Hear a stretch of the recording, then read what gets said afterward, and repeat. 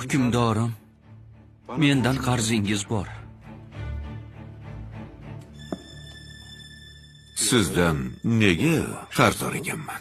Hukmdorim, men savdo-sotiq bilan shug'ullanardim. Xonavayron bo'ldim. Bu o'zimgacha qarzga botdim. Har kuni tunda uxlashdan avval Allohga duo qilaman. O'g'lim, hukmdorimiz qarz qayerdan kelganini so'rayaptilar. Aytganimdek, har kecha yotishdan avval Allohga duo qilaman. Kecha tunda tushimda Hazrati Payg'ambar alayhissalatu vassalam afandimizni ko'rdim. Sallallohu alayhi vasallam.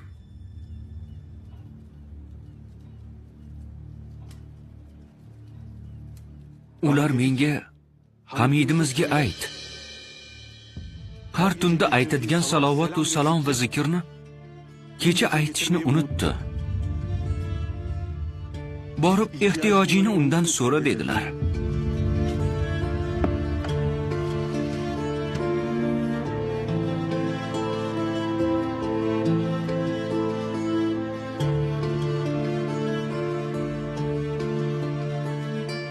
Nima dedilar? Hamidimiz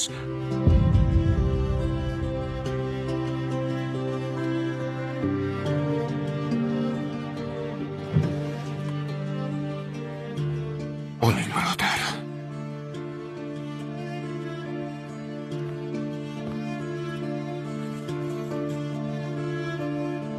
Nima dedilar? Yana qaytaringchi.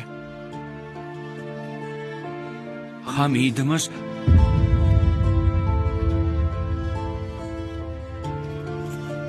Oling birodar.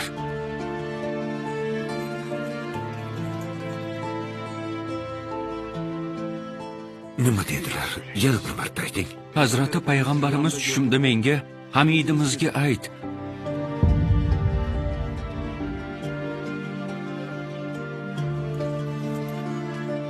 Oling.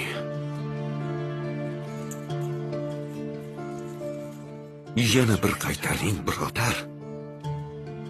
Hamidimiz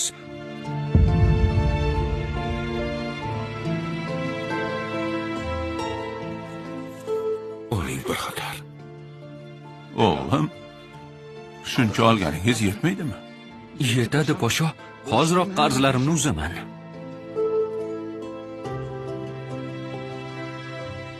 Salomat bo'ling.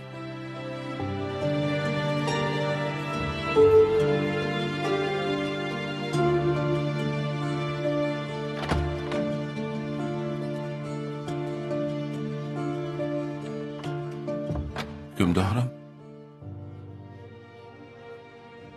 sal qolsa bor budingizni olib ketardi. Nimalar deyapsiz podsho? Vallohi billahi butun boyligimni, saltanatimni so'rasa ham berardim. Kecha tunda ishladik podsho. Ish joyida uxlab qolibmiz. Salovatni unutibmiz.